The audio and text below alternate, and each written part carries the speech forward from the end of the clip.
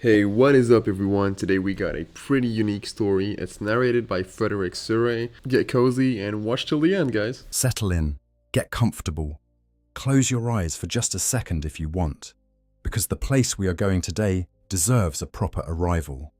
There is a version of this story that every Warhammer fan knows, or thinks they know. A version told on box covers and in opening codex quotes and in the artwork that fills the walls of Games Workshop stores. It is a version that begins something like this. In the grim darkness of the far future, there is only war.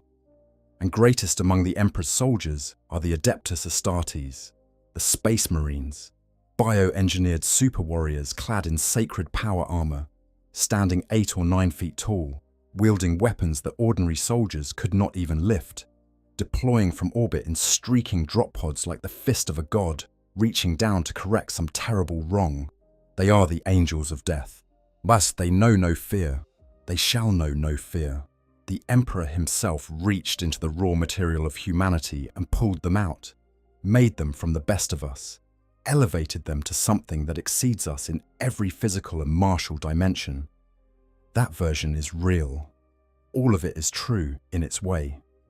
But there is a second version, one that is harder to find, because it lives not on the cover of a codex but in the footnotes, in the details that the glory tends to overflow, in the clinical language of the lexicanum entries that use words like indoctrinated and conditioned right alongside words like honor and sacrifice, as if those things are morally equivalent and equally deserving of an untroubled tone. The second version begins in an operating room. It involves a child barely 12 years old.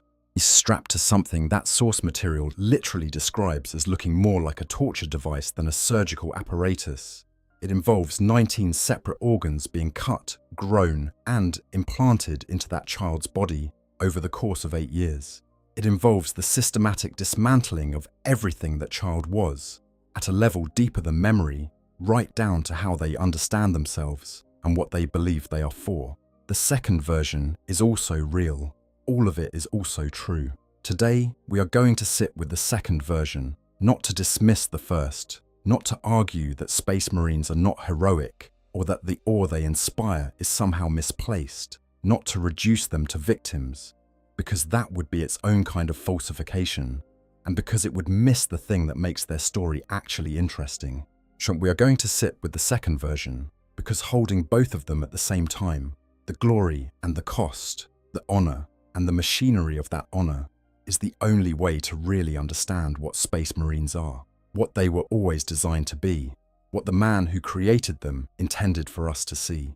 Rick Priestley, the originator of Warhammer 40,000, gave an interview in December of 2015 in which he said something that has echoed around this hobby for years. He said that the background to 40,000 was always intended to be ironic, that the way Space Marines were lauded as heroes within Games Workshop always amused him, because they are brutal, and they are also completely self-deceiving.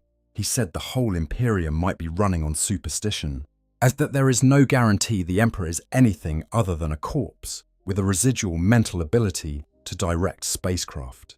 He said a lot of the irony got missed and overwritten, as the lore developed through the 1990s and into the 2000s. As Space Marines became less self-deceiving psychotic criminals and more noble warrior knights of unquestionable heroic purpose. Think about what it means that the man who invented these characters looked at how the hobby had developed and thought, they've made them heroes. And he found that amusing in the way that an author finds something amusing when the readership has decisively interpreted their work in the exact opposite direction from the intended meaning. What did Priestley see in the original design that people kept glossing over? That is the question this entire video is trying to answer.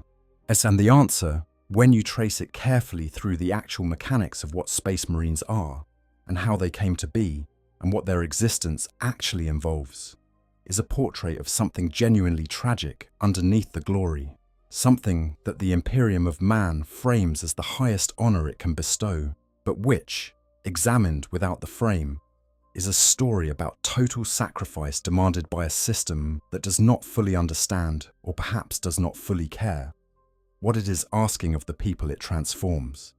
Let's begin at the beginning. Part 1. The Myth and the Machine. To understand the grim reality of Space Marines, you first need to understand the surface of the myth clearly, not to dismantle it, but because you cannot see what is underneath something you have not first properly described.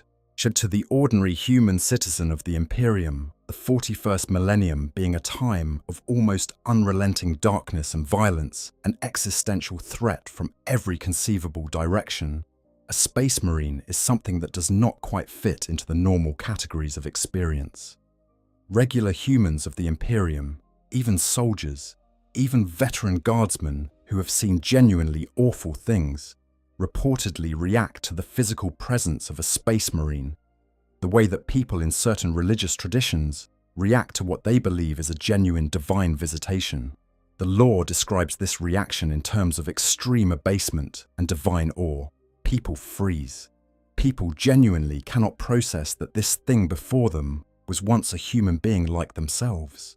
And from a purely physical standpoint, that reaction makes complete sense.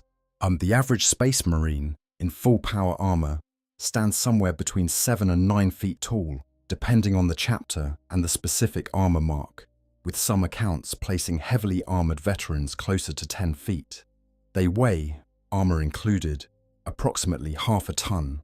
Their power armor, which is not simply worn, but neurally integrated with their body through the black carapace implant we will discuss in depth later, is simultaneously one of the most advanced technological artifacts in the Imperium and one of its most sacred. Many suits of Space Marine armor are hundreds or thousands of years old.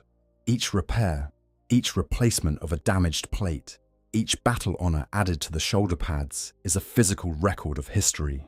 Some suits have been worn by a dozen different Marines over the centuries, but the armor outlasts the men inside it.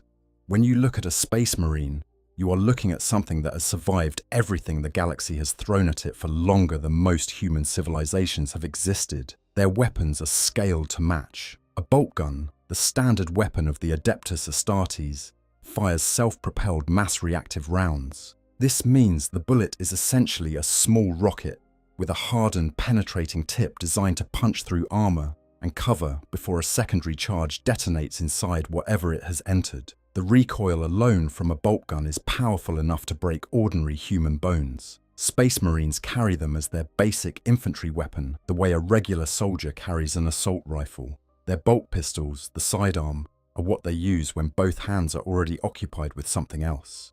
And their close combat weapons include chainswords, which are exactly what they sound like. Motorized blades that chew through ceramite and flesh at speed. And power fists, armored gauntlets surrounded by a disruptive energy field that causes catastrophic structural damage to anything they contact. They are not merely physically dangerous, they are psychologically overwhelming.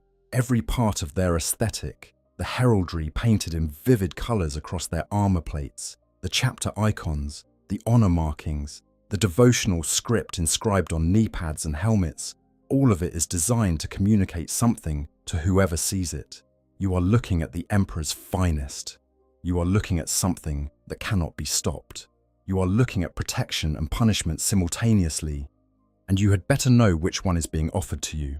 From the inside of the Imperium's administrative apparatus, they are described in language of an entirely different register.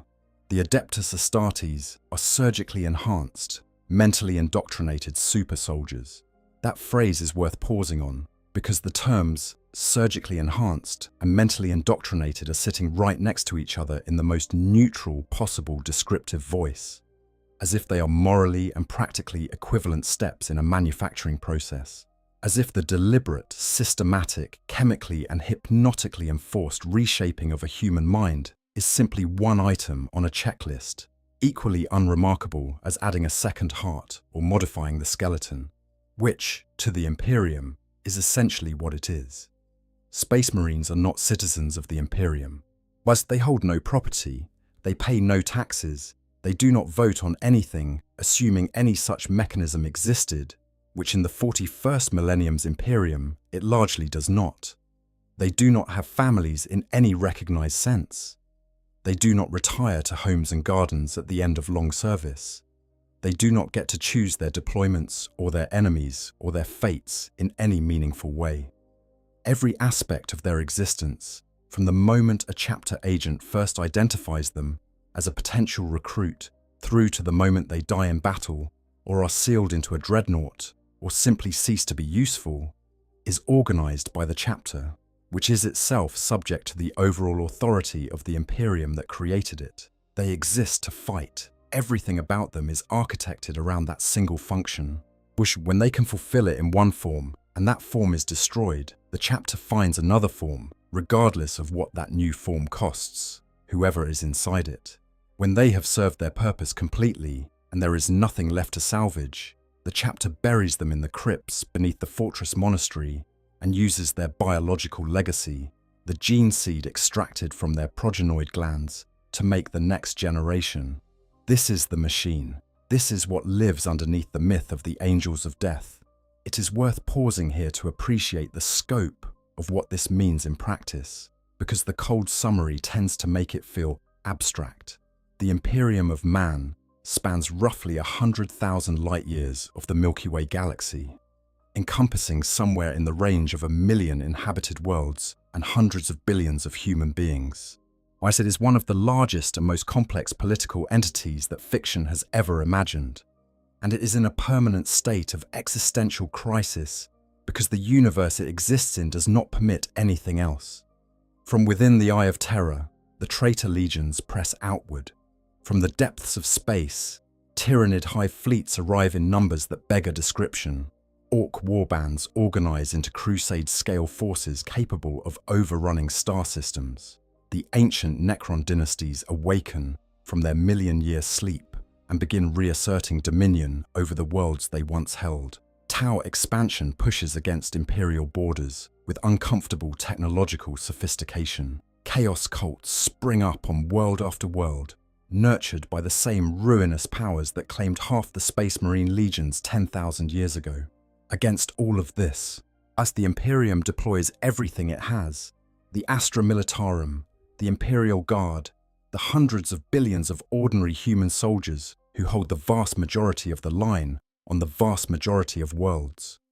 The Imperial Navy, with its city-sized warships and its crews of hundreds of thousands. The Adepta Sororitas, the Sisters of Battle, a military order of women devoted to the Emperor, with a fervour that functions as genuine psychic reinforcement. The Adeptus Custodes, the Emperor's personal guard, 10,000 supermen who make Space Marines look merely extraordinary by comparison. The Inquisition with its shadowy authority and its freedom to demand cooperation from essentially any institution in the Imperium. And cutting through all of it, at the moments of sharpest crisis, Space Marines. 1,000 chapters, 1,000 warriors each, as deployed like surgical instruments to the specific points where ordinary force has failed or would fail, not as the majority of the fighting force, not as the backbone, as the edge, the thing that cuts when nothing else can. The myth of the Space Marine is the myth of that edge. The myth says they are invincible. The myth says they never fail. The myth says they are the Emperor's finest, and that the finest is always sufficient, and that darkness does not persist in the face of them. The myth is what the ordinary citizens of the Imperium need to believe, because the alternative to that belief is staring at the mathematics of a galaxy at war and realizing that the mathematics do not favor humanity in any honest assessment. But the myth is what the Space Marines need to believe, because the conditioning was built around it, and the conditioning is the foundation of everything they are able to do. And the machine is what makes the myth possible by ensuring that nothing within the system can too clearly see the difference between the myth and itself. The Space Marines themselves, in the vast majority of cases, believe entirely in the myth. They have been built to believe in it. Their conditioning begins when they are barely children and never ends. They genuinely feel that what was done to them was an elevation, a gift, the greatest possible thing that could have happened to them. They are not wrong about serving a real purpose. Without them, the Imperium would have fallen, probably multiple times, probably terminally. Their heroism is genuine. Was their sacrifice is real. The purpose they serve is not a complete fiction. But believing something is an honor does not make it one. It simply makes it easier to accept. And the question the darkest corners of 40k lore keep asking, quietly, without ever quite raising its voice, is whether a belief installed by conditioning can be trusted as a genuine choice, and whether an honor that costs everything can still be called a gift. Part 2. The cost of becoming, recruitment, and the 19 organs. The process of making a space marine begins when the boy is roughly 10 years old. It can begin as late as 14, but the window of biological opportunity is narrow and carefully calculated. The 19 organ implants that transform a human adolescent into an Astartes must be introduced in a specific order, as at specific stages of biological development, because many of them only integrate correctly if the recipient's body is still in the right phase of growth. The older the recruit, the higher the risk of rejection, of incomplete development, of the kind of misaligned organ integration that produces a broken marine rather than a functional one. So chapters prefer young as is compatible with the tests that determine suitability. Those tests come first. The potential recruit must pass tissue compatibility screenings that determine whether their genetic profile is close enough to the chapter's gene seed to allow the organs to take. Most people fail this test. The gene seed of each chapter is derived from the genome of a specific Primarch, the 20 demigod warriors the Emperor created in the 30th Millennium, and the biological requirements for compatibility are precise. Then there is psychological screening, because the indoctrination and hypnotherapy that accompany the implantation process requires a mind that is capable of being reshaped in specific ways. Candidates who cannot be hypnotically conditioned are not viable, regardless of physical suitability. Then there is the matter of personality. The lore notes, with impressive bluntness, that among the most valued traits in a recruit are aggression and psychotic level killer instinct. Read that sentence again. The Imperium is systematically identifying the most aggressive, most potentially violent children it can find, running them through tests to ensure they can be genetically modified and psychologically reshaped, and then selecting the ones who pass. This is not an accidental outcome. This is the intended selection criterion. The gene seed does not work efficiently in a gentle person. The indoctrination cannot instill the right qualities in a child who does not already carry something dark and sharp in them. The process needs raw material that is already pointing toward violence, and it takes that material and focuses it, channels it, amplifies it, and aims it. The recruiting methods vary enormously from chapter to chapter. Some are more ceremonial. The Ultramarines hold annual trials on the worlds of Ultramar, and those who fail the trials but survive them are absorbed into the local planetary defense forces as officers. Failing to become a space marine and ending up in command of ordinary soldiers is, by the standards of most possible outcomes, a good result. Others are less formal. As the space wolves of Fenris watch the feral tribes of their death world from their mountain fortress called the Fang, waiting for a young warrior to display the specific quality of spirit they are looking for, and then simply appearing one day and taking him. He does not necessarily have the option to decline. The chapter has decided, and that is sufficient. Some chapters are even less selective about consent. The lore contains references to chapters sending agents to hive worlds, those enormous stratified city planets where billions of people live, stacked tier upon tier, in conditions ranging from moderate comfort at the top to something approaching active hell at the lowest levels, and having those agents round up gangs of children from the bottom levels. Not volunteers, not carefully chosen individuals, simply gathered. As the logic is straightforward. Children who have grown up in the violent, resource-starved, claustrophobic dark of the hive's lowest zones have already been shaped by conditions toward exactly the traits the gene seed requires. The desperate and the dangerous are already there, in abundance, in places where nobody with power will ask awkward questions about where they went.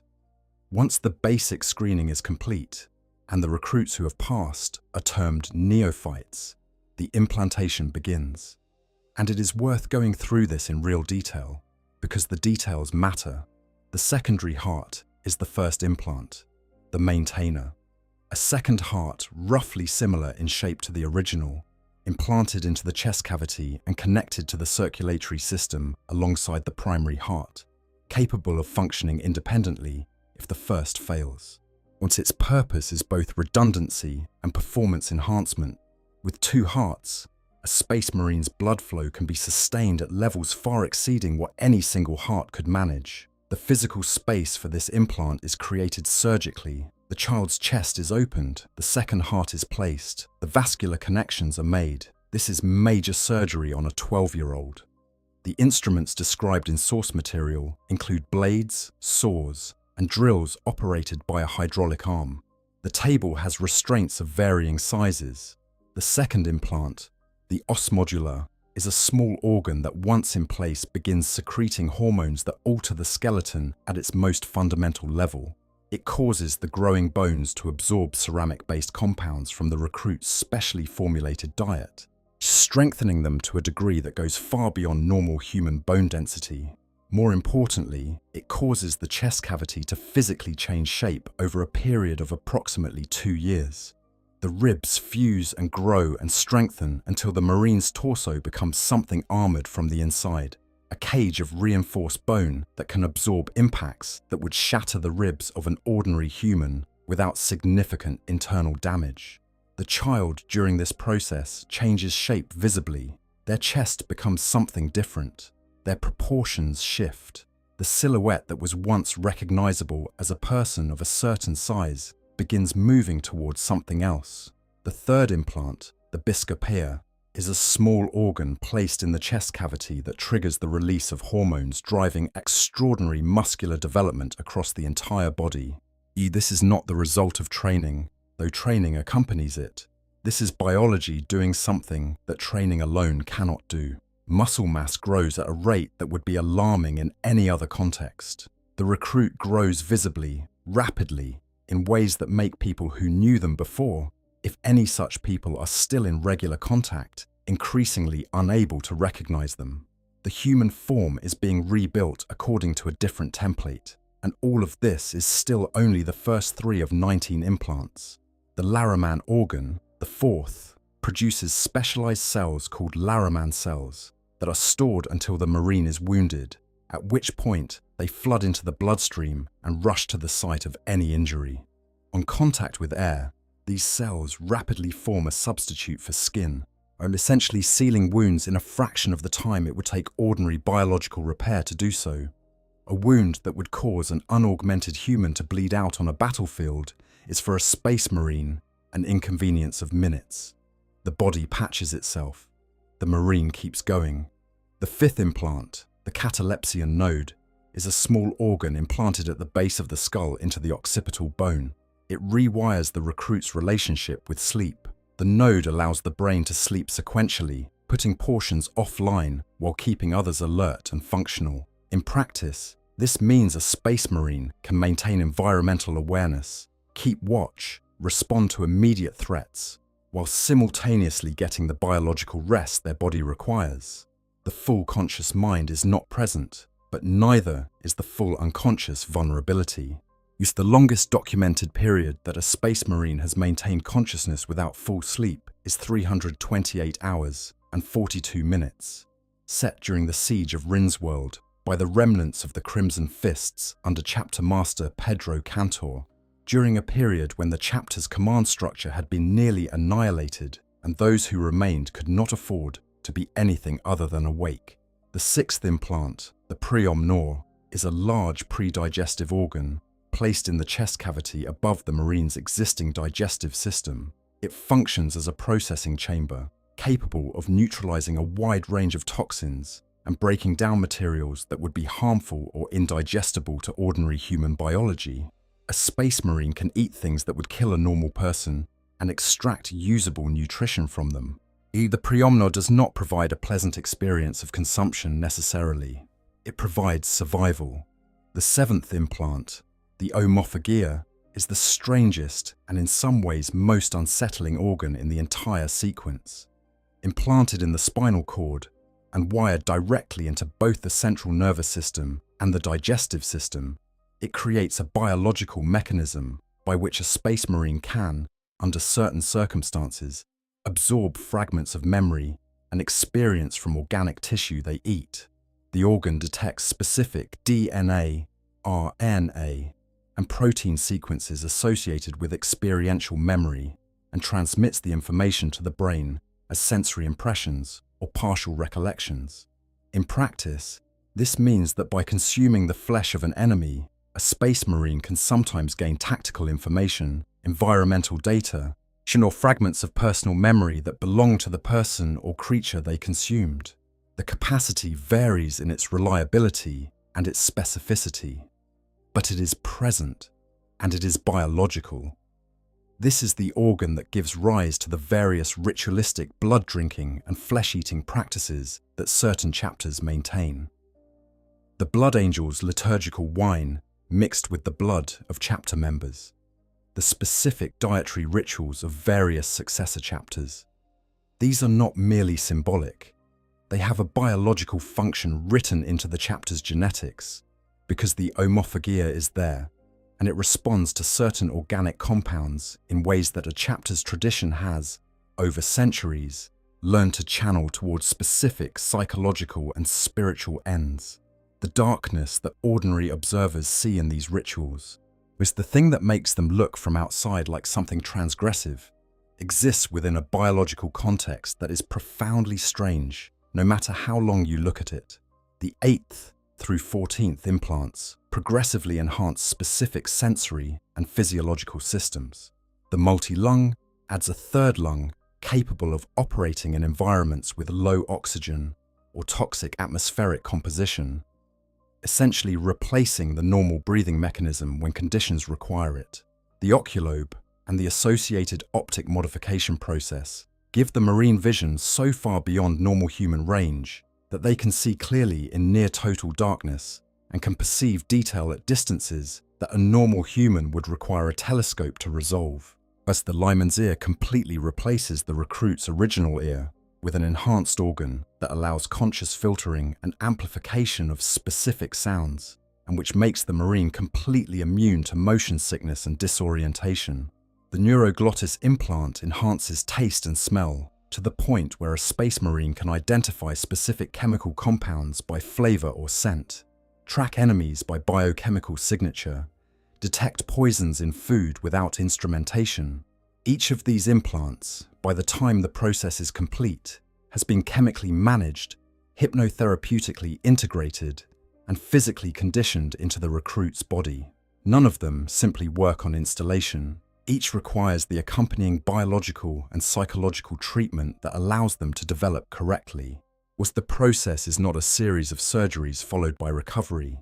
It is a sustained, years-long transformation of every system in a human body, conducted simultaneously with the transformation of the human mind inside that body. The 15th implant, the Susan membrane, is laid over the exposed surface of the brain and grows gradually inward until it is completely merged with the brain tissue. Once integrated, it grants the marine the ability to enter a state of suspended animation when critically wounded. The body slows almost to a stop. Metabolism reduces to near zero. The marine can remain in this state for years if necessary, which means that a marine who appears to be dead on a battlefield may simply be in biological standby, waiting for the apothecaries to find them and initiate revival. How many space marines have been recovered this way?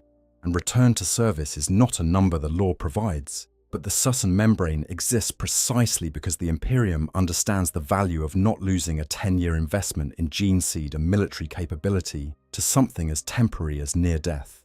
The 16th implant, the melanochrome, regulates the melanin content of the marine's skin in response to environmental conditions. High ultraviolet light causes rapid darkening. High radiation of other types triggers chemical protective responses. Over generations of recruiting from the same world, this organ's gene seed adapts to the local environment, which is why chapters from different worlds look visibly different from each other at the skin level. Salamanders, from Nocturne under its aggressive sun, will develop deep onyx skin and burning coal eyes from the melanochrome's long-term adaptation. Raven Guard, whose gene seed was severely damaged during the Horus Heresy by forced accelerated cultivation under battlefield conditions, have a mutated melanochrome that works in reverse, causing their skin to grow progressively paler over years of service until veteran brothers look almost luminous. The 17th implant, the oolitic kidney, adds an emergency detoxification organ to the Marine's abdominal cavity that can flush toxins from the bloodstream at extraordinary speed. The catch is that this process is metabolically demanding enough to temporarily shut down non-essential biological systems, often causing unconsciousness during the detox. A space marine poisoned by something serious enough to trigger the oolitic kidney's full activation will survive the poison, but they will be unconscious while surviving it. Given the contexts in which space marines are typically poisoned, namely active combat, this is a double-edged capability. The 18th implants are the two progenoid glands, one situated in the neck and one in the chest cavity. These are, in terms of the Imperium's priorities, possibly the most important organs in the entire system. Their sole function is to reproduce the gene seed. They absorb genetic material from all the other implanted organs over a period of 5 to 10 years, and when they have matured, each contains a complete set of gene seed representing all the genetic instructions needed to create another set of the organs in a new recruit. What they are harvested from a space marine when they die in battle, extracted from even catastrophically damaged bodies if any chance of recovery exists. The apothecary's duty to recover gene seed is, in the chapter's priorities, above the duty to recover the marine themselves. The future of the chapter lives in those glands. Everything else about the space marine is, by the logic of the system, secondary. The 19th and final implant is the black carapace. It is placed last because it depends on the full integration of all the previous organs. It is a layer of neuroreactive biological material implanted directly beneath the skin of the marine's torso, which over a period of hours begins growing inward, sending synthetic nerve fibers toward the central nervous system, eventually creating a network of connection points that allow direct neural interface with power armor.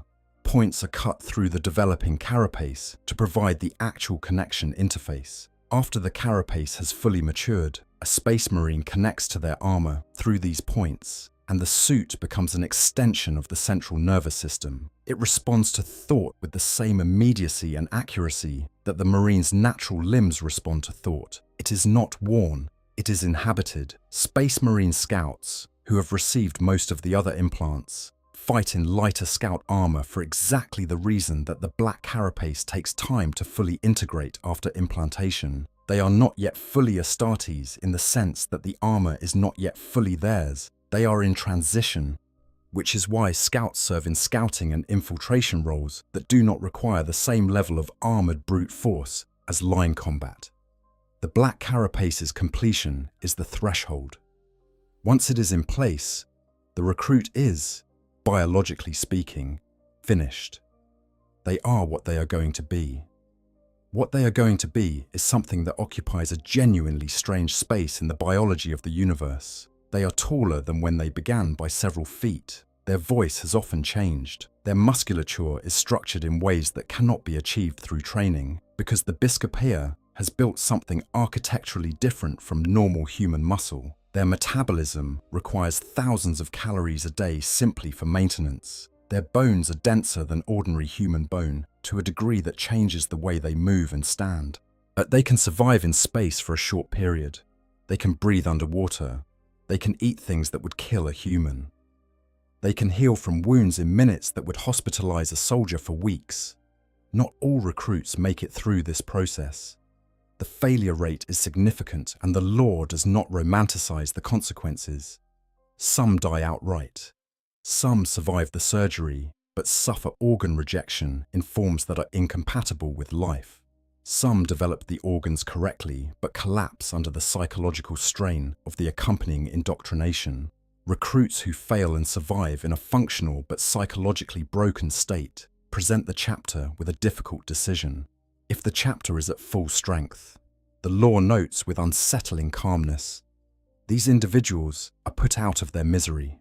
If the chapter is understrengthed, which they may be used in other ways, Suicide assault units, roles where unpredictability is a tactical asset rather than a liability.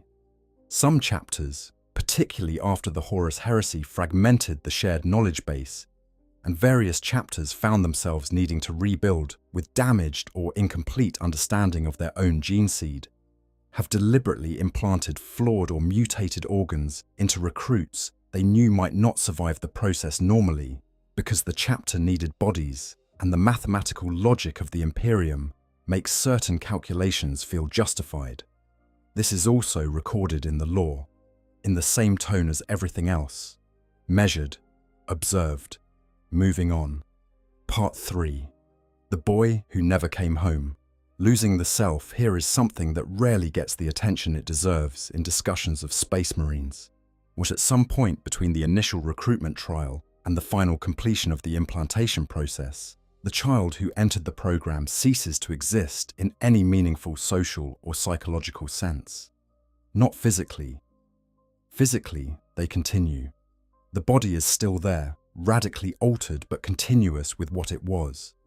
But the person who existed before the chapter found them, the personality formed by whatever life they had already lived, the attachments and fears and hopes and small preferences that made them specifically themselves rather than generically human, that person is dismantled. Carefully, deliberately, professionally.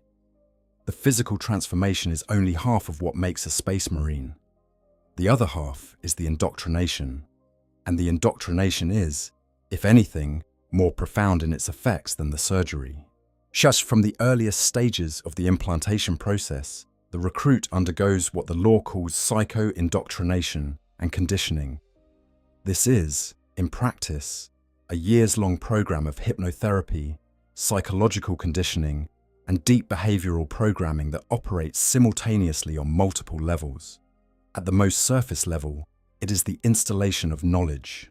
Decades worth of tactical doctrine, weapons handling, historical records, chapter traditions, and military theory are compressed and encoded directly into the brain through hypnomantic techniques that allow information to be absorbed at a rate and depth that would be impossible through conventional learning.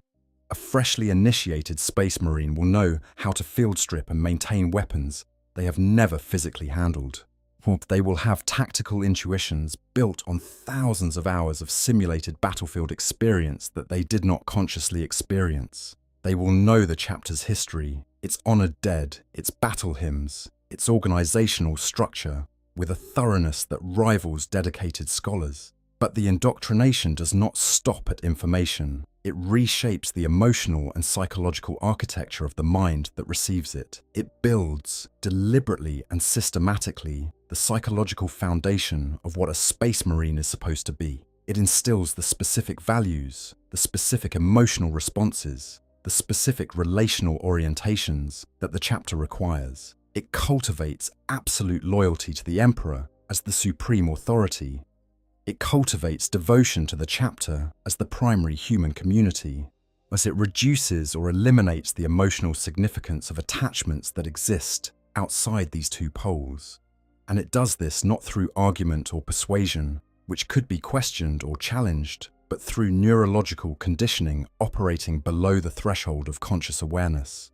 The result is that a Space Marine, upon completing the process, does not simply believe in their role. They are built around their role. The belief is not a conclusion they have reached. It is a structural feature of who they are. Questioning it would be like questioning their own bones. It is not philosophically impossible, but it requires a kind of effortful abstraction that the conditioning is specifically designed to make difficult to sustain in terms of their previous life, the one that existed before the chapter. As the effect is described in various sources as a kind of systematic distancing. Space Marines are expected to cut ties with family, with places of origin, with the names they were born with, in many cases. The logical justification for this is straightforward. A warrior whose judgment might be compromised by personal attachments to people who could someday be in the path of necessary violence is a tactical liability. If a planet needs to be abandoned or worse, you cannot have a Marine hesitating because someone they love is still on the surface, so the attachment is excised. The person it connected to is dissolved into the abstraction of potential civilian casualty, which is a category rather than a relationship. Look, I want to be honest with you here for a second because we are going deep into some genuinely dark territory in this video, and I think it matters that you know where I actually stand on all of it. I love Space Marines. I have loved them for a long time, not despite everything I am telling you today, but partly because of it. Because I think the most interesting characters in any stories are the ones where the cost is real, where the heroism is not free, where you can look at someone doing something extraordinary and ask, quietly, what did it take to become someone who could do that, and whether the answer sits comfortably. Space Marines do not sit comfortably, and that is exactly why they have stuck with me. The grim darkness is not a backdrop, it's the point. It's in the bones of what they are. But anyways, let's go back to the video. The chapter replaces it with brotherhood, and the brotherhood is real. The bonds between Space Marines are genuine, deep, and in their way more intimate than many ordinary human relationships, because they are forged in shared experiences of extreme intensity and maintained by a shared understanding of what they are and what they face. When Space Marine novels portray the affection between battle brothers, that is not fiction. It is documented in sources across the lore as one of the few emotional experiences that the conditioning does not suppress. Loyalty to the chapter, care for brothers, the grief of losing someone who fought beside you. These are the permitted feelings, and within their permission they run very deep. But they are permitted feelings, and the question of what that permission forecloses, of what is filtered out through the conditioning, is the question that the darker reaches of the lore keep approaching without fully answering. Well, what do Space Marines dream about? Blood Ravens, whose gene seed quirk includes an eidetic memory that makes their recall of learned information essentially perfect, do not experience REM sleep, the psychological process that allows ordinary humans to integrate the emotional content of their experiences, to metabolize the day's events into something manageable through the unconscious narrative of dreams, is not available to them in the way it is for others. They exist in a state of intensely rational, informationally saturated wakefulness, with 4 hours of deep but dreamless sleep as their only genuine rest. Whether this is a blessing because it means no nightmares about the things they have done, or a loss because it means no processing of experience at the level where processing actually heals, that is a question that their chapter's lore raises without resolving. Most Marines do dream in their 4-hour sleep windows. What they dream about is territory the lore does not often enter, but it occasionally surfaces in novels and short fiction as a place where the self that was dismantled sometimes returns. Fragments, faces half remembered, the sound of a voice from a life before the chapter, a smell that belonged to a place they no longer know the name of. These are described in the fiction as curiosities, as strange intrusions from a past self that no longer really matters, and the Marine wakes from them and goes to morning prayer, and the day continues, and the past self is tucked away again, but it is there. However faint and confused and compressed by years of conditioning, it is still there. Just because the conditioning cannot eliminate what the biological brain stores. It can only make access to it difficult. It can only drown it out, imperfectly, most of the time. There is a detail in the structure of the fortress monastery that speaks to this interior life more clearly than most of the lore does directly. The Solitorium, a remote location outside the main fortress, deliberately difficult to reach, designated for contemplation. Marines can occupy it for any period from a few days to years at a stretch. Those seeking promotion to higher ranks are expected to spend weeks there in isolation and deliberate self-deprivation, fasting and discomforting themselves in intentional ways, because the chapter believes that the confrontation with one's own interior, with nothing to distract from it, is necessary preparation for leadership. What does a Space Marine think about? Alone in the Solitorium for weeks, the conditioning shapes the answer. They meditate on their oaths. They examine their purpose. They practice the interior discipline that the chapter values. But the conditioning is not perfect, and a Space Marine who has lived for 200 or 300 years and fought on 50 worlds and watched dozens of brothers die has an interior life that no amount of conditioning can make entirely manageable through structured reflection. Things accumulate, things echo. The solatorium is perhaps, among other things, a place where the controlled release of what cannot be entirely controlled happens in a setting where it cannot harm anything. The Marines who come out of long solatorium stays are described as changed, sometimes in ways their brothers recognize as growth, and sometimes in ways that are harder to name. Part 4. Flaws in the blueprint. Gene seed mutations and chapter curses. There is a particular kind of darkness that comes from design flaws, as opposed to the darkness that comes from malice. When someone does something cruel on purpose, you can at least understand the psychology. When something catastrophically wrong happens because the design was imperfect, and the imperfection has been propagating forward for 10,000 years, and every generation inherits it slightly worse than the one before, that is a different kind of horror. It is the horror of consequence without intention, of people suffering, not because anyone wanted them to suffer, but because the machine that made them was never as clean as the people running it needed to believe.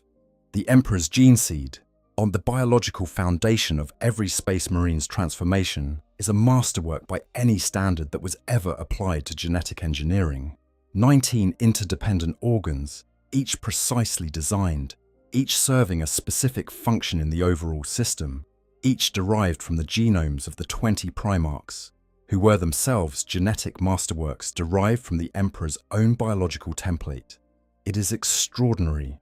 It was also created in the 30th millennium, deployed for the first time under the extreme pressures of the Great Crusade, scaled up rapidly under wartime conditions, forced to subdivide through the trauma of the Horus Heresy, and then maintained for 10,000 years through a succession of chapters whose understanding of the technology they were using was, at best, partial. Gene seed is not stable across millennia, and it was never designed to replicate indefinitely without supervision and correction. Each chapter must tithe 5% of its gene seed stocks to the Adeptus Mechanicus on Mars, which maintains genetic banks and monitors the health of each chapter's biological heritage. But monitoring is not correction. The Mechanicus can observe deviation. It cannot always stop it. And 10,000 years of deviation, accumulated in chapters isolated from each other and from any unified technical authority, produces results that range from cosmetic to catastrophic. Some deviations are essentially cosmetic. The salamander's onyx skin and coal-red eyes, the raven guard's progressive pallor, the space wolf's enhanced canine teeth. These are features, quirks, things that distinguish a chapter visually and that carry cultural weight, but do not fundamentally alter the Marine's capacity to function. They are the gene seed remembering the environment it has been operating in, adapting over generations in the way biological systems do. Other deviations are not cosmetic at all. The Blood Angels carry what their chapter calls the flaw. Not a flaw, the flaw with the definite article, because it is large enough and present enough in their identity that it requires that specificity. It is actually two related conditions, the red thirst and the black rage, and both trace back to a single moment. Sanguinius was, by most accounts preserved in the lore, one of the most genuinely admired beings in the history of the Imperium. He was physically beautiful in a way that exceeded even the extraordinary aesthetics of the other primarchs. He had wings, actual angelic wings, which in a setting full of beings designed to evoke the sublime is still somehow remarkable. He possessed genuine compassion for the humans he served, not merely the procedural care of a commander for his troops, but something deeper, more personal. He was loved by his legion and respected by almost every other primarch, and he was clairvoyant. He saw his own death coming for a long time before it happened. He went to the siege of Terror on the Golden Throne, knowing that he was going to die there. He went anyway. When Horus killed him, the psychic force of that death, the death of a being of Sanguinius's spiritual and psychic magnitude at the hands of a being of Horus's corrupted enormity, imprinted itself on the genetic memory of every warrior descended from him. The omophagia, the organ that allows learning through consumption, had in the Blood Angels always run somewhat hot, somewhat more reactive than in other chapters. The psychic resonance of Sanguinius's death hit that reactive organ and amplified through it into something that became hereditary. The red thirst is the older of the two afflictions. It presents as an increasingly ungovernable craving for blood.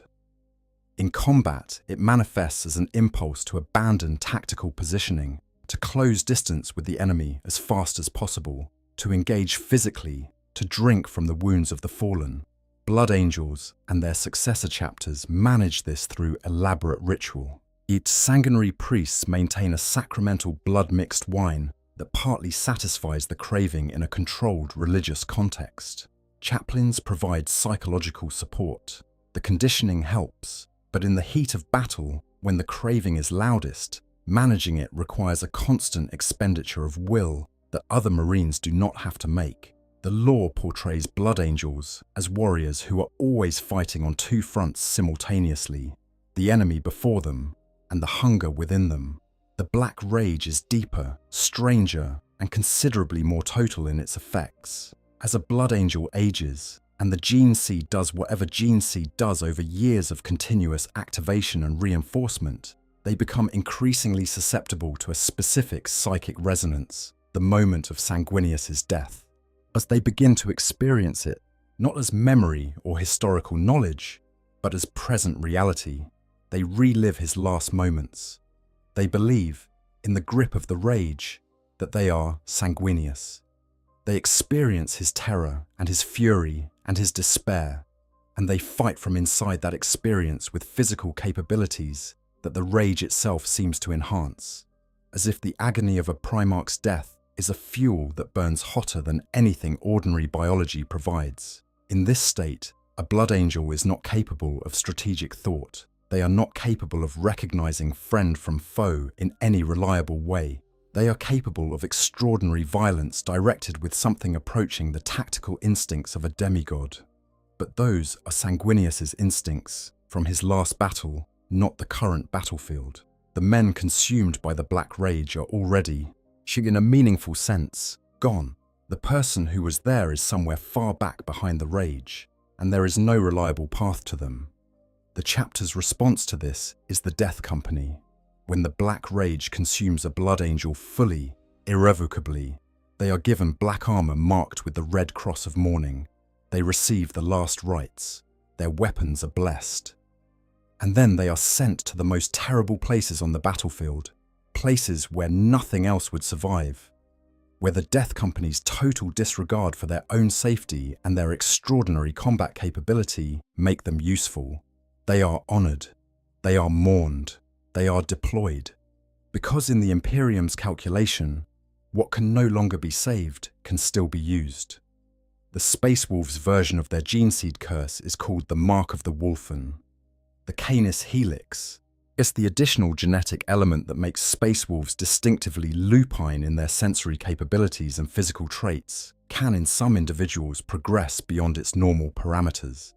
The afflicted warrior transforms, physically and psychologically, into something that the chapter's literature describes with varying degrees of religious awe and practical horror.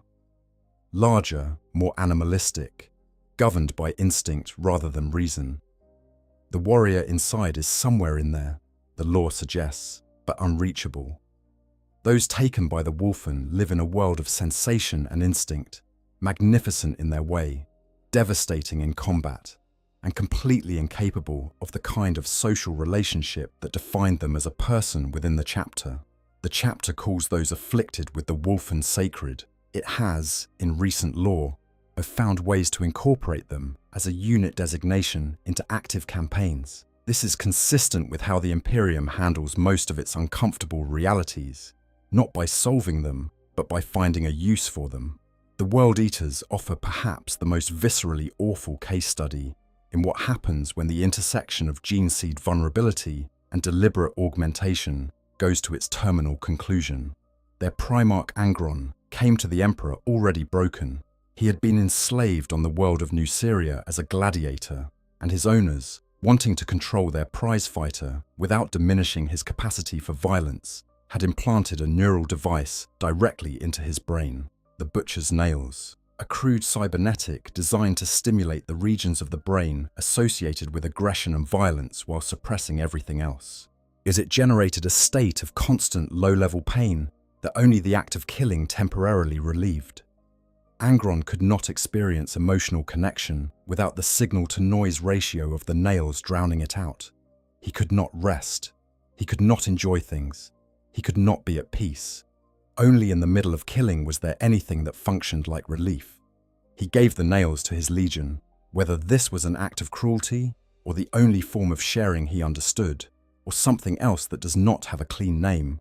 The law does not clearly resolve. What it is clear about is the effect. The World Eaters bore the butcher's nails, and the nails did to an entire legion of Space Marines what they had done to one Primarch. But they reduced the emotional and psychological richness of existence down to a single axis, the axis of violence and the temporary relief it brings. The World Eaters fell to chaos during the Horus Heresy and became one of the 9 traitor legions. But the tragedy of their fall is not simply that they were corrupted by chaos energy, though that is true. It is that the corruption offered them something that the alternative did not. When you live in constant pain that only killing relieves, and the universe contains an essentially infinite supply of things to kill, and the dark gods offer to remove all the obligations that complicate the killing and give you a cause that makes the killing into purpose, you can see the logic of the bargain even if you can see its cost. Whilst the Imperial Fists represent the opposite kind of gene seed story, loss rather than mutation. Over millennia, they have simply lost the function of 2 of the 19 organs. Their Susan membrane, the organ that allows suspended animation and survival through critical injury, no longer functions. Their Betcher's gland, which stores and delivers a corrosive acid spit, is absent. These are not mutations that create new problems. They are deletions, gaps in the original design that have accumulated through generations until they became permanent features. The Imperial Fists are functionally a chapter operating with 17 rather than 19 organs. And they have built their culture and their military practice around compensating for what they lack through the extraordinary tenacity and stubbornness that their Codex Astartes compliance and their dedication to fortification doctrine reflects. You cannot rely on suspended animation to survive a battle, so you build fortifications that don't require you to rely on it. The 21st founding, called the Cursed Founding, was an attempt by the Adeptus Mechanicus to address accumulated gene seed deficiencies across multiple chapters all at once, using the genetic knowledge available to them to build a generation of chapters whose gene seed would be cleaner and more stable than the deficient stocks they were working with. And the result was a generation of chapters with idiosyncrasies and mutations that strain the tolerance of the Inquisition, and in some cases, threaten the chapter's survival. The Flame Falcons developed a flaw that caused their bodies to be covered in flames that did not burn the flesh, but burned everything around them constantly. The Black Dragons developed bony protrusions from their foreheads and forearms that function as weapons, but mark them as mutants in the Imperium's deeply suspicious gaze. The Sons of Antaeus develop bone structures so dense and metallic that they are effectively indestructible, but also, apparently, difficult for the rest of the Imperium to accept. The lesson running through all of this is that the Emperor's design, magnificent as it was not maintained cleanly. It was deployed in a hurry. It was preserved by people who did not fully understand it, using techniques that had themselves degraded over time, passing forward through generation after generation of warriors who trusted the process they inherited because the alternative to trust was an unacceptable kind of uncertainty. The chapters carry their flaws in their blood. The blood carries it forward, and the warriors who bear it are expected to continue, because the war does not stop for the imperfections in the tools the Imperium uses to fight it. Part 5. The Monastery and the Monk. Life between the wars. When a Space Marine is not actively fighting, which happens more than you might expect given that 10 companies of 100 warriors each cannot be deployed simultaneously to every theatre that needs them, they live in the fortress monastery. And the interior life of those walls, the daily structure, the physical environment, the texture of what it is to exist in those spaces, is worth examining carefully because it reveals, perhaps more clearly than anything else, what the Imperium actually thinks of these warriors when there is no immediate enemy to point them at. The fortress monastery is simultaneously a military installation, a religious center, a school, a hospital, an armory, a library, and a tomb. Every function within it serves either the preparation for war or the spiritual maintenance of the warriors who fight it. There is no space designated simply for existence. Every room has a purpose. Every hour of the day has an allocated use. The architecture itself reflects this. The most prominent interior spaces are chapels and training halls, places where the Marines' bodies and spirits are prepared for the work they exist to do. The Codex Astartes, for chapters that follow it, prescribes a daily structure of extraordinary precision. The day begins at 400 with morning prayer in the company chapel, not a brief moment of quiet reflection before the day starts. A formal ceremony, led by the company chaplain, where the chapter standard and relics are displayed, and the brothers repeat their oaths of loyalty to the chapter and to the emperor. This is not optional. It is the foundation of the day, a ritual renewal of the compact between warrior and purpose that is part religious ceremony, part psychological conditioning, part social bonding, all simultaneously. It lasts long enough to serve all three purposes properly. From prayer, the day moves immediately to combat training. And here it is worth being specific about what Space Marine training actually involves, because the framing of it as training can make it sound like something organized and managed and relatively safe, which it is not. Fortress monasteries are specifically built in hostile environments, polar regions, active volcanic zones, worlds with corrosive atmospheres, treacherous jungle terrain, places where the terrain itself is dangerous. Because the Marines train in real conditions, not simulated ones. The morning physical training is conducted in exactly this terrain, at exactly the pace and intensity that real combat requires. And the law notes without particular drama that Marines are regularly injured during training. Some are killed. The training is not a preparation for war. It is a form of war, one that you survive by being good enough. And that kills you if you are not. Midday brings a second prayer session. The Codex Astartes is explicit about this. The afternoon brings different varieties of training, strategic and tactical study, hypnomantic refresher sessions for the integration of new doctrinal knowledge, or the updating of weapons and enemy intelligence, weapons maintenance, which for a Space Marine is as much a devotional act as it is practical upkeep because power armor and bolt rifles are treated as objects with spiritual significance, relics whose machine spirits must be acknowledged and properly cared for through ritual as well as mechanical attention. Evening comes with the communal meal in the refectory, eaten in silence. The meal is plain, nutritionally optimized, high in protein, and the specific compounds that the Marines' augmented metabolism requires. The silence is enforced by tradition that predates the current chapter in most cases. After the meal, there is personal study time, then individual prayer, then sleep. 4 hours. Somewhere in this schedule, the Codex allows for 15 minutes of personal time. 15 minutes in a full day. This is not an ascetic ideal aspired to in practice, but rarely achieved. This is a prescription.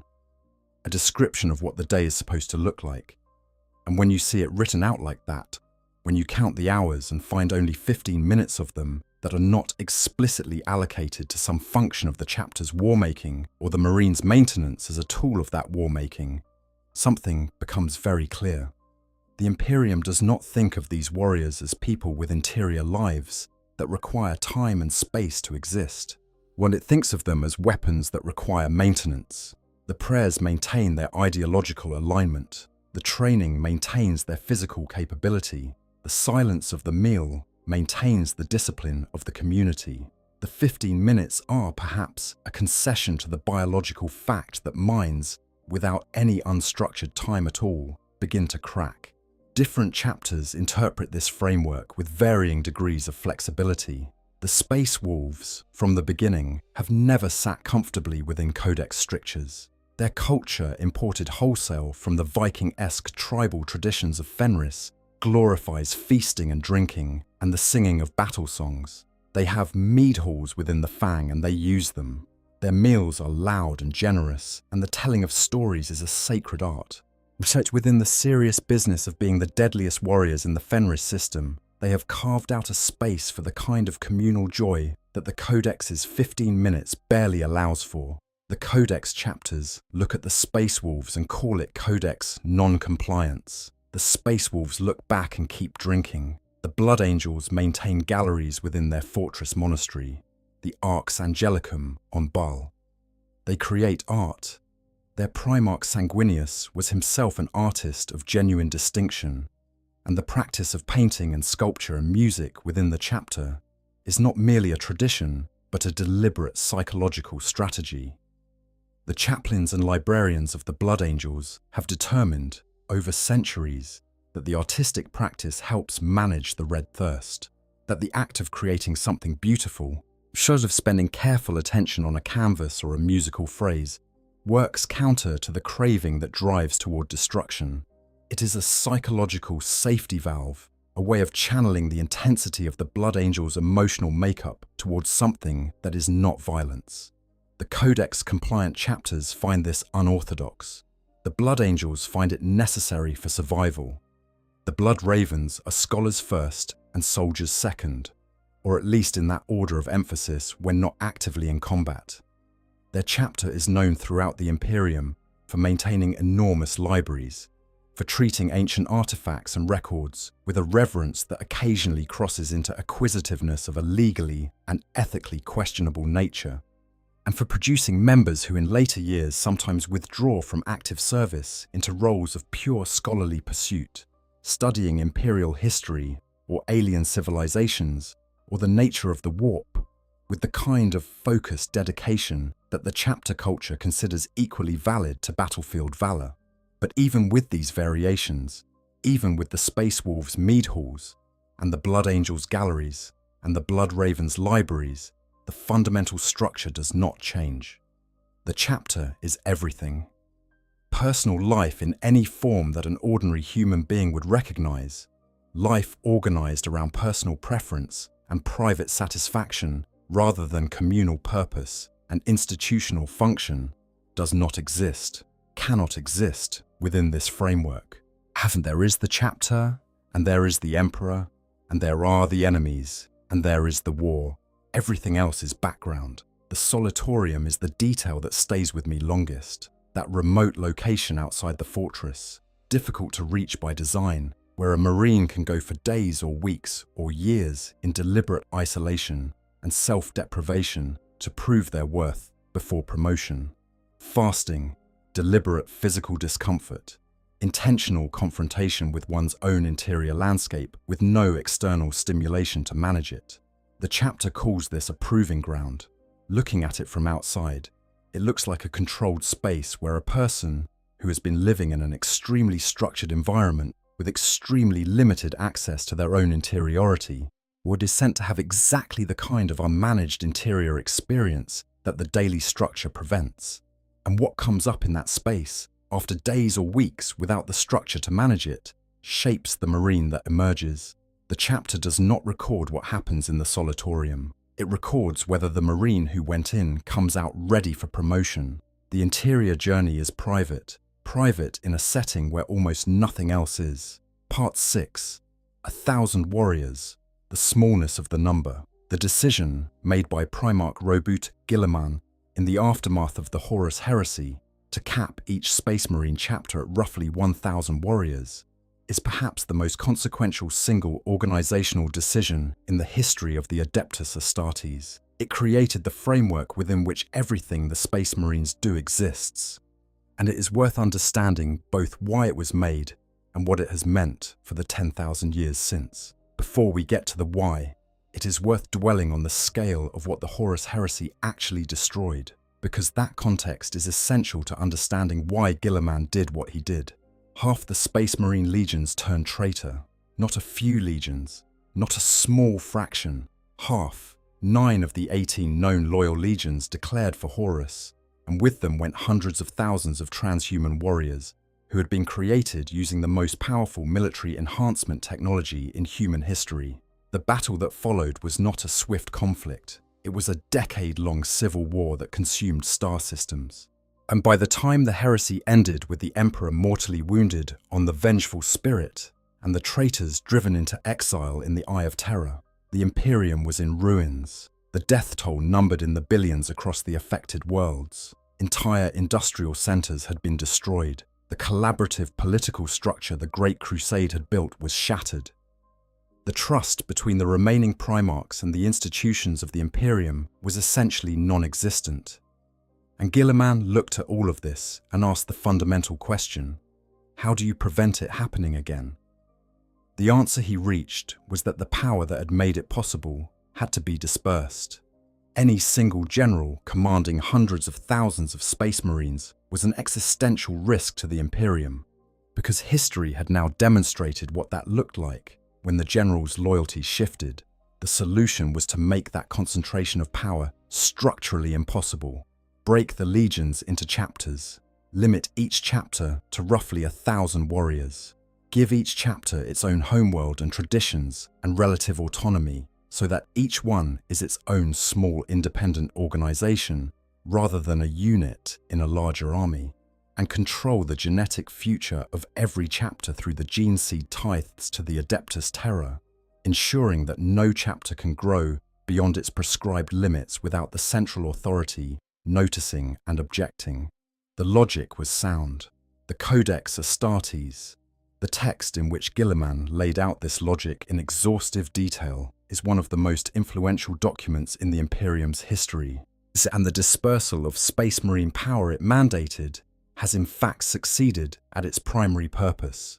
In 10,000 years since the second founding, no single Space Marine chapter has posed the kind of existential challenge to the Imperium that the traitor legions posed. The chapters fight each other occasionally over doctrinal disputes or resource conflicts, or the ancient grudges that accumulate in organizations with long memories, but they have not again threatened the overall structure. What the Codex Astartes created instead of the Legion threat was a different kind of cost, not a dramatic cost, not a cost that looks like a catastrophe from the outside, a slow, grinding, permanent cost expressed in scarcity. Was the Ultramarines alone are believed to have fielded somewhere between 100 and 200,000 warriors at their peak. The Sons of Horus, the traitorous warband that prosecuted the rebellion, numbered in the hundreds of thousands. These were not armies that anyone could ignore. These were forces capable, as the heresy demonstrated, of threatening the survival of the Imperium itself if they chose a direction other than its defense. Guilliman, who had survived the heresy through a combination of strategic genius and the fortunate circumstance of being on the wrong side of the galaxy when the rebellion began, understood clearly what had to change. The power that had made Horus's rebellion possible was the power of concentrated command. One person commanding hundreds of thousands of transhuman warriors is a power that cannot be safely allowed to exist within any system that values its own continuity. The answer was dispersal. Break the legions into chapters, give each chapter a homeworld and a limited recruit pool and its own traditions and independence, and cap the numbers. 1,000 warriors, 10 companies of 100 each, 10 squads of 10 within each company, 10 times 10 times 10 equal 1,000. The logic was sound. The Codex Astartes, the text in which Guilliman laid out this logic, is one of the most influential documents in the Imperium's history, and the dispersal of Space Marine power it mandated has in fact prevented any single chapter from ever again posing the kind of existential threat that the traitor legions posed. What it created instead was a different kind of threat, not to the Imperium, but to the people it relied on to defend it. 1 million inhabited worlds in the Imperium, 1,000 chapters, 1,000 warriors per chapter. That is 1 million Space Marines total to defend 1 million worlds. The ratio is 1 Space Marine per world as an average, which is an absurd way to think about deployment, but which illustrates the fundamental scarcity. Space Marines are not the primary military force of the Imperium. The Astra Militarum, the Imperial Guard, with its hundreds of billions of soldiers, handles the bulk of the actual fighting that happens on most worlds on most days. Space Marines are specialists deployed at moments of crisis, sent where ordinary forces have failed or would fail, or expected to achieve outcomes that could not be achieved by larger but less capable forces. This means that each chapter is always stretched. Companies are deployed to multiple different war zones simultaneously, often without reliable communication between them, often without any reasonable prospect of reinforcement if things go wrong. A chapter that has taken heavy casualties in one campaign may be required by the Imperium to commit forces to a second campaign before the first has been resolved. The Death Watch, the Inquisition's Space Marine arm, draws individual warriors from chapters already committed to their own operations, adding another layer of resource drain. Some chapters spend years with multiple companies effectively cut off from contact with the Fortress Monastery by the disruptions of warp travel and communication. Some chapters are destroyed entirely, not reduced, not catastrophically damaged and rebuilt over decades. Gone. The Angels Revenant, defending their Fortress Monastery in the late 41st millennium against a Necron dynasty, were wiped out completely. The bells of lamentation sounded for them, the Imperium's ceremonial acknowledgement that a chapter's story was over. Those bells do not ring often. Every time they do, an entire genetic lineage disappears. An entire accumulation of chapter-specific knowledge, tactical tradition, the specific character of a brotherhood that had developed over centuries, all of it terminates. The Adeptus Mechanicus has the gene seed in storage. Future chapters might be founded from those genetic stocks, but the community is gone, the people are gone, the thing they were together is gone. Was the Lamenters perhaps the most haunting ongoing case of what the 1,000 warrior limit means when combined with catastrophically bad fortune? A Blood Angel's successor chapter, the Lamenters are most notable to people who know about them for two things. First, that they inexplicably lack the Black Rage and the Red Thirst, despite having Blood Angel's gene seed. And second, that they are so comprehensively, consistently, and perversely unlucky that the lore describes fate itself as appearing to target them specifically. They have been reduced to extinction's doorstep multiple times. They have been declared renegade, reinstated, nearly wiped out by Hive Fleet Kraken, reduced to a fraction of their original strength, slowly rebuilt, and then devastated again.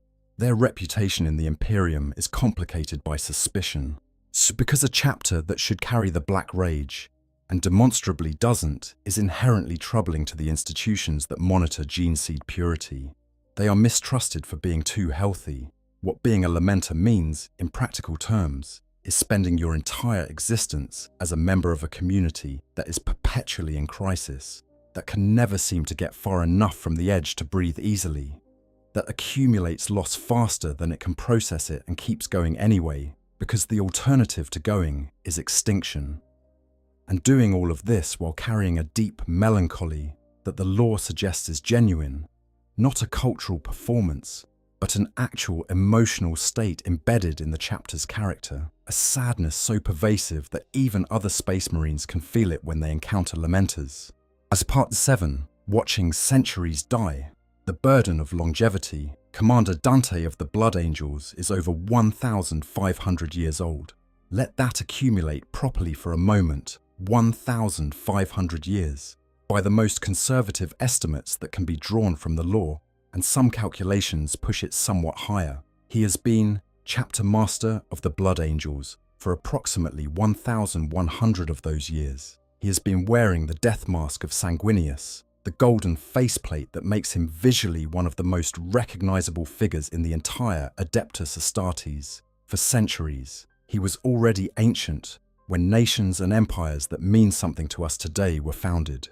He has watched the Imperium cycle through crises and recoveries, and further crises more times than most historians have bothered to count in detail.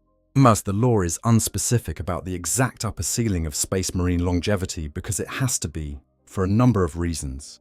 The most honest reason is probably that the lore developed over several decades with many different authors contributing, and the biological rules were never set down with enough precision to support definitive answers. But the general consensus within the sources is that space marines can potentially survive indefinitely, in the sense that their enhanced biology does not accumulate the kind of age-related damage that eventually kills ordinary humans. The limitation is not biological degradation, it is the constant pressure of combat, the overwhelming probability that in a sufficiently long career, something will eventually kill you, was not because you have aged past the ability to fight, but because the universe is vast and violent and never runs out of threats. The space marines who survive to extreme age are, therefore, not simply the lucky. They are the extraordinary. They are the individuals who, through a combination of exceptional skill and the kind of tactical intuition that can only be built over centuries of real experience, and whatever indefinable quality allows a person to walk through the situations that kill their peers and come out the other side, have made it further than almost everyone else. Dante is not simply old.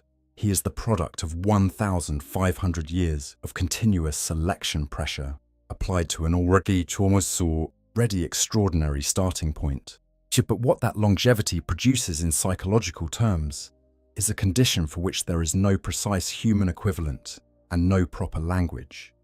Ordinary human beings do not live long enough to need the language. We have words for grief, for loss, for the sadness of watching people we love die.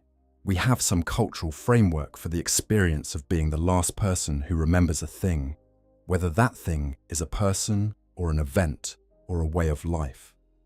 We have elegies and memorials and traditions of remembrance designed to manage the fact that time passes and people pass with it.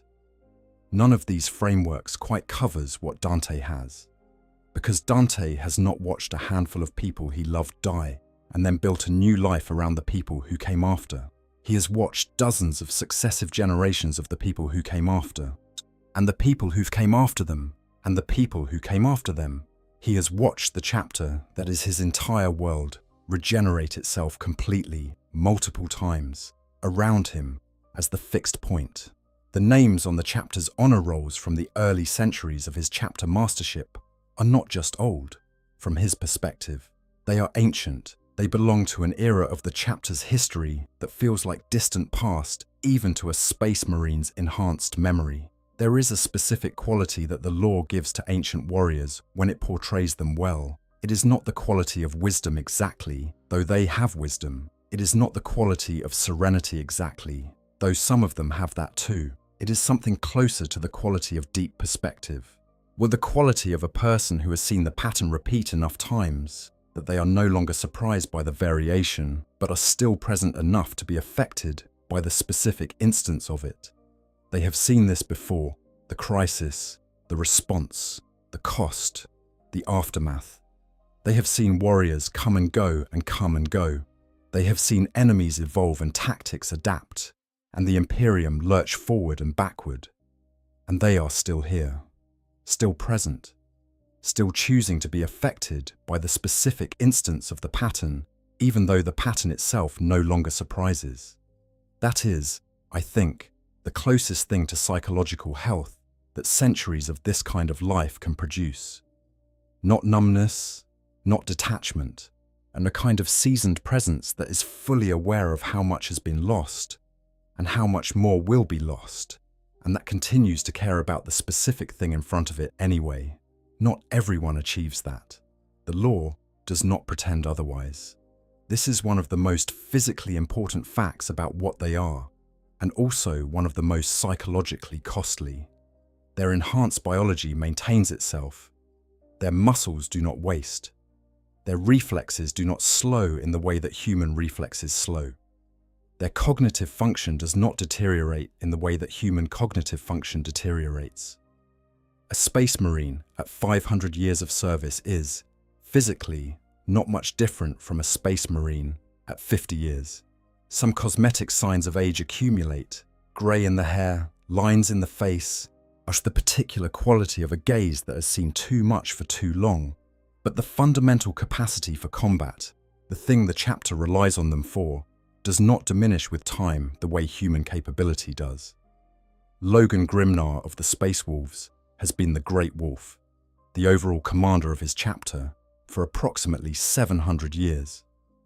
In a normal human lifespan, that would be something like 35 full generations of human leaders succeeding each other. For Grimnar, it has been one continuous tenure. He has watched his chapter change around him. He has watched its culture evolve and its traditions solidify and its battles accumulate in the great sagas that the Space Wolves prize so highly. He has outlived every person who was alive when he first took command, as everyone who knew him as a younger warrior, rather than as the ancient he now is. He continues. The oldest loyalist space marine currently active in the 41st Millennium is Bjorn the Fell-Handed, a space wolf interred in a dreadnought, whom we will discuss more fully in the next section. He was already a warrior during the Great Crusade and the Horus Heresy. He has been in service, in one form or another, for over 10,000 years. There is a version of this longevity that sounds desirable if you think about it abstractly. Who would not want to live centuries?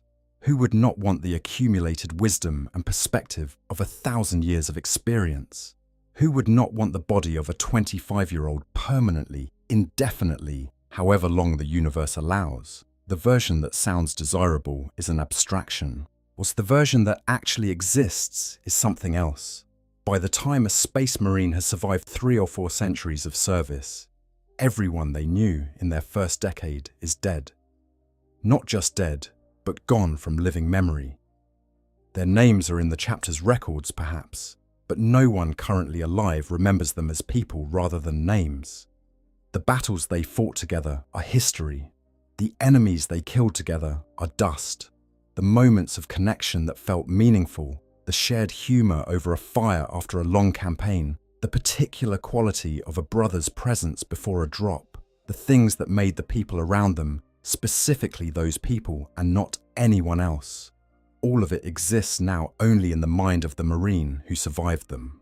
This is not the lonely old person experience of watching a peer group die. Or this is something for which there is no human parallel, because no human lives long enough to go through it at this scale, this pace, this many times.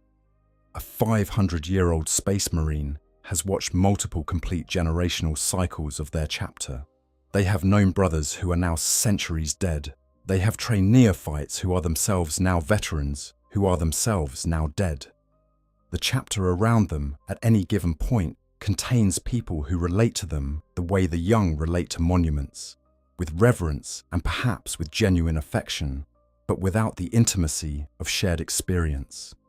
You cannot be truly known by people who were not there. And the war does not stop. That is the essential detail that makes this different from the quiet sadness of ordinary human longevity. A 500-year-old human being was given the biological gifts of a space marine, might still have quiet days, periods of peace, seasons of reflection. A 500-year-old space marine has been in nearly continuous combat for 5 centuries. They have had brief periods in the fortress monastery and longer periods in the field and transitions between them. But the fundamental condition of their existence has not changed since the day they completed their initiation. The war is always waiting. The chapter always has needs. The deployment orders come, and the Marine goes, century after century, until something finally kills them, or until their body gives out in a way that necessitates different arrangements. What does 5 centuries of this do to the interior of a person who still has an interior? Who still, somewhere underneath the conditioning, Shelm has some remnant of the child who came in at 12. The lore approaches this question in the oblique way it tends to approach its most difficult questions, through description rather than analysis. Ancient warriors are described as moving differently from their younger brothers, not slower, necessarily, but with a particular quality of deliberateness that speaks to long practice and long thought. Their voices carry something that is described as weight. Their attention, when they give it to something, is described as complete in a way that younger warriors' attention is not. They have the quality of people who have learned through long experience to not waste anything, including awareness. Dante is described in sources across the lore as projecting an aura not just of power, but of ancient sorrow. Yet he is the chapter master of a chapter that is perpetually fighting two wars simultaneously, the war against external enemies and the war within their own blood. He has managed this for over a millennium. He has sent countless brothers to the death company, knowing they were not coming back. He has watched the floor claim warriors in real time, watched the specific human being disappear behind the rage, watched the lights go out behind eyes he knew. He has been doing this for so long that the specific faces blur into the ongoing pattern, the specific losses into the aggregate of loss, and the aggregate is staggering.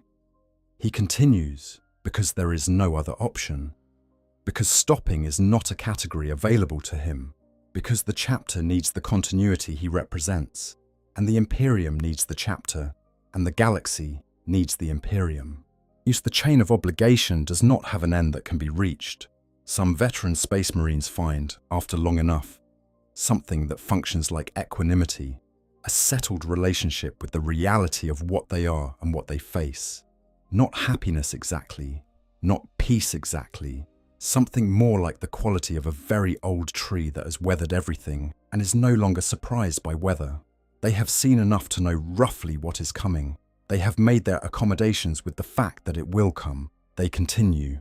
Others are less settled. The lore contains glimpses of warriors who, after centuries of service, begin to show the cracks, who find the conditioning less able to manage the weight of what has accumulated, who seek the solatorium for very long periods and emerge changed in ways their brothers cannot quite name, who become withdrawn in ways that are not quite the meditative focus of a warrior preparing for battle, but something that looks from the outside more like a very controlled form of breaking.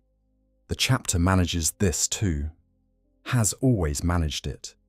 The long-lived are watched carefully for the signs that the weight has become too much. Because a space marine who is breaking is a liability, and the chapter cannot afford liabilities. And also, because whatever else the chapter is, it is a brotherhood, and brothers do not simply watch each other struggle without doing what can be done. Part 8.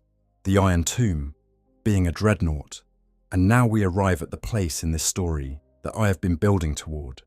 The place that, for me, contains the most concentrated darkness of everything we have discussed. But the place where the Imperium's relationship to its greatest warriors, its willingness to extract value from them, far past any reasonable boundary of what can be asked of a person, is most completely and uncomplicatedly visible. The Dreadnought program. When a space marine is wounded in battle so severely that even the extraordinary capacity for recovery built into their augmented biology cannot continue to sustain them, when bones are shattered in ways that cannot be reset, when organs fail in ways that cannot be repaired, when the body is simply too far gone to go on, but when the mind is still there, the consciousness still present, the essential person who accumulated decades or centuries of combat experience still functional and accessible, the chapter faces a choice. The choice is between letting that consciousness die with the body, or losing everything it represents in terms of accumulated knowledge and fighting capacity, or preserving it in the only framework available, the dreadnought, the walking tomb. The process of interment begins with the same skilled medical technology that manages all space marine health. Whatever biological material can be kept alive is supported and stabilized. The portions of the body that are most essential to consciousness, primarily the skull and the portions of the spinal column immediately adjacent to it, are isolated and maintained in liquid nutrient solution and medical life support. The biological remnant is the size of a person's head, roughly, plus the attached neural hardware. It is placed in a metal sarcophagus specifically designed for this purpose. The sarcophagus is installed in the torso cavity of the dreadnought chassis, all surrounded by the machine's systems. A mind impulse unit, the same neural interface technology used in Titan-class war machines, creates a connection between what remains of the Marine's nervous system and the dreadnought's mechanical systems. The Marine's consciousness extends into the machine. They can see through optical sensors. They can hear through audio pickups. They can speak through vox systems, though the voice that emerges is no longer the voice they were born with. They can move the machine's limbs, fire its weapons, navigate it through a battlefield with the kind of intuitive control that comes from the neural interface. Here is what they cannot do. They cannot feel anything with those limbs and weapons. The dreadnought does not return sensation. When a space marine in power armor strikes an enemy, the haptic feedback systems in the armor provide physical sensation of the contact, the impact, the resistance of the opponent. When a dreadnought pilot strikes with a power fist, they see the action happen through their optical sensors. The targeting systems confirm the hit. The mechanical arm registers a reduction in resistance as the obstacle is removed.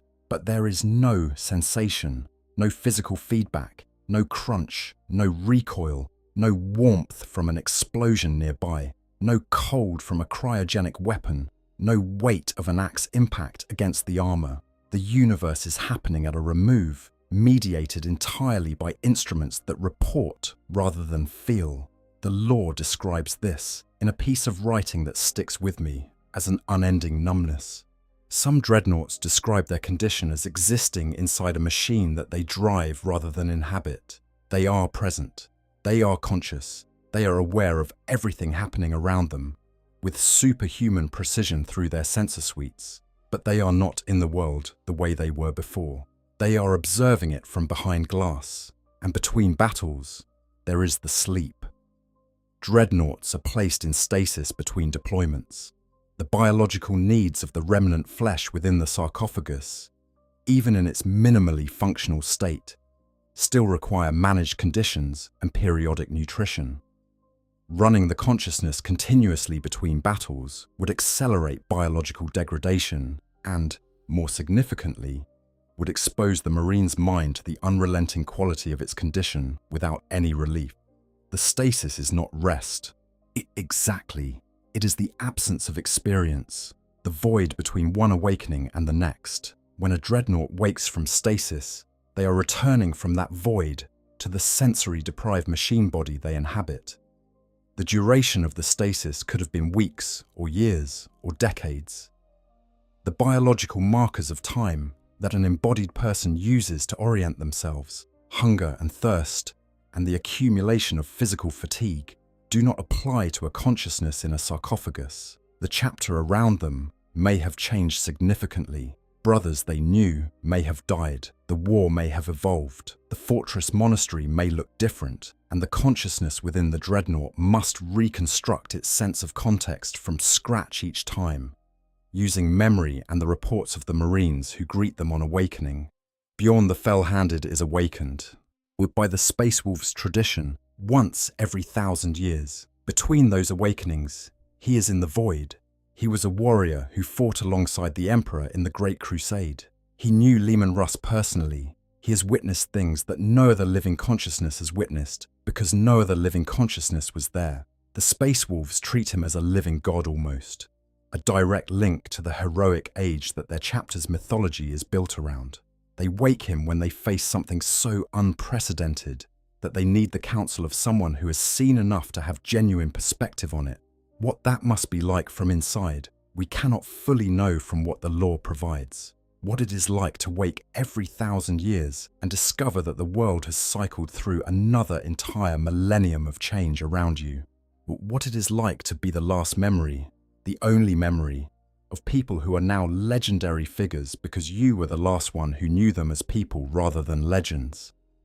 What it is like to carry that much weight in the specific form that Bjorn carries it, which is a form that can never be laid down, because the life support within the sarcophagus will not allow him to die unless it fails, and the chapter maintains it with the devotion of a religious obligation.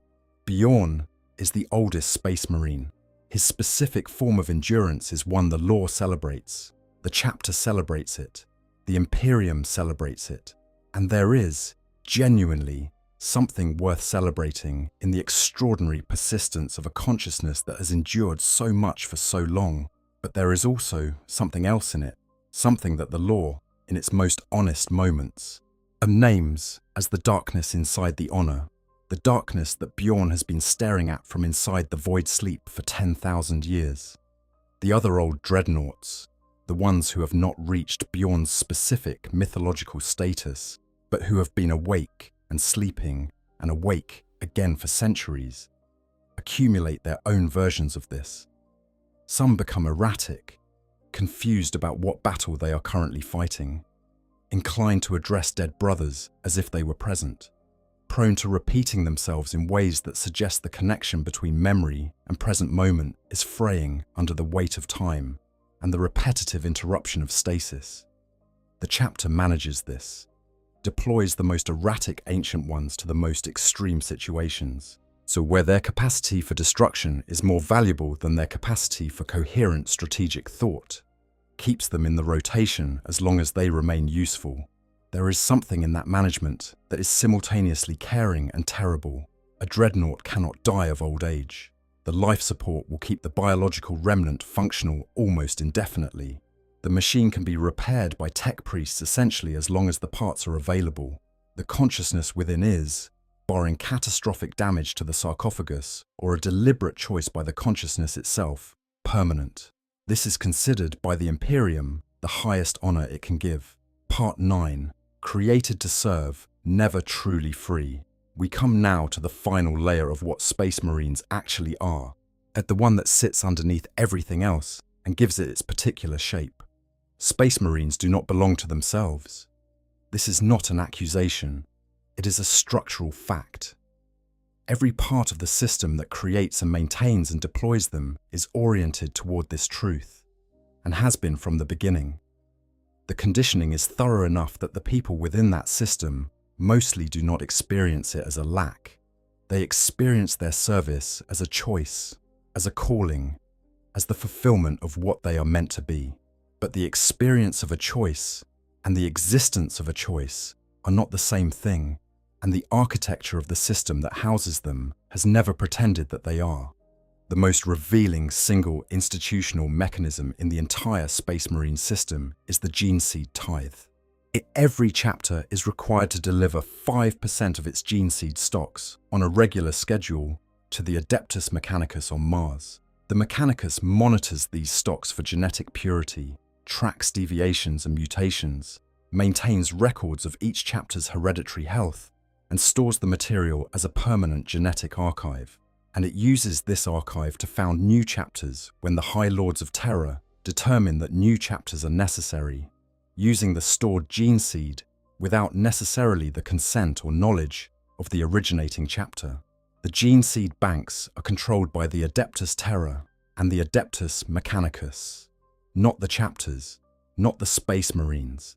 The genetic foundation of each chapter's existence, the biological future of every warrior who will ever wear that chapter's colors. This is managed by an institution that the chapters serve but do not govern. The chapters can participate, they can lobby, they can sometimes resist in ways that chapters with enough martial reputation can sometimes get away with. But the fundamental authority over gene seed is not theirs. This was deliberate. Guilliman was very clear about the intent of the second founding and the Codex Astartes. He was not primarily writing a military manual, though it became one. He was engineering a political constraint. The legions had been too powerful. The power had to be dispersed, limited, kept from ever concentrating enough in one place to be dangerous again. The gene seed tithes are the Adeptus Terra's insurance policy. They alone have the power to destroy or create Space Marine armies at will. The chapters can be self-sufficient in almost every respect. They recruit their own warriors, train them, equip them, deploy them, live by their own traditions. But the genetic future of every single chapter is held by someone else. The Space Marines believe this is an honor. They believe the chapter structure is a gift from their Primarch, and that the Codex is a sacred text, and that their service to the Emperor is the highest calling available to a human soul. Most of them would find the framing of their condition that this video has offered not just inaccurate, but offensive. They know what they serve. They know what they sacrifice. They know, as well as anyone, the cost of what they are. and they accept it willingly, or they have been made to accept it willingly, and the difference between those two things is exactly as difficult to disentangle as it sounds. Rick Priestley looked at the institution he had created and saw self-deception. He saw brutal warriors who genuinely believed the stories they told about themselves, who genuinely did not see, because the conditioning was thorough enough that genuine sight was not available, the mechanical nature of the system that created them and used them and would never let them go. He found that amusing in the way that a person finds things amusing when the absurdity is too deep to be simply sad about. The irony is not that Space Marines are bad. The irony is that they are extraordinary, that they genuinely are the finest warriors humanity has ever produced, that they genuinely do hold the line in places where everything else would fail, and that their courage and their sacrifice and their brotherhood are real, and that all of this exists within a system whose relationship to them is essentially the same as its relationship to any other tool. You maintain what you can use, you retire what you cannot, and you build more when the supply runs low. The Emperor, who may or may not be alive in any meaningful sense, whose survival on the Golden Throne is maintained by sacrificing 1,000 human souls a day to fuel the psychic machinery that keeps him barely functional, who has not communicated meaningfully with the Imperium he built for 10,000 years, is worshipped by these warriors as the supreme authority, the ultimate justification for everything they do and everything they have given up. And the Imperium that claims to act in his name has, in those 10,000 years, was become something that the Emperor's original vision, whatever it was, might not recognize. An organization that has elevated superstition over the reason and knowledge its founder valued. An organization that burns scientists for discovering things it finds threatening. An organization that routinely sacrifices its own populations to military necessity and calls it the Emperor's will. The Space Marines serve this organization with absolute conviction, and they are genuinely heroic doing it. And both of those things are true. Part 10. What they truly are. The shape of it all. You came here, probably, with an image already formed. Maybe you have been collecting Space Marine miniatures for years, and the question of what they really are, at the level we've been discussing, never quite surfaced. Maybe you are new to all of this, and you came for the lore, and found yourself somewhere more complicated than you expected. Maybe you are somewhere in the middle, the kind of Warhammer fan who has always felt that there was something underneath the glory that the hobby doesn't always fully look at. Wherever you started, I want to try to leave you with the full picture, not just the darkness, not just the glory, the full thing. Space Marines are children who were found in the worst places humanity produces and offered what looked like a path out. For some of them, it genuinely was. For some of them, the chapter was the first real home they ever had. The brotherhood was the first genuine belonging.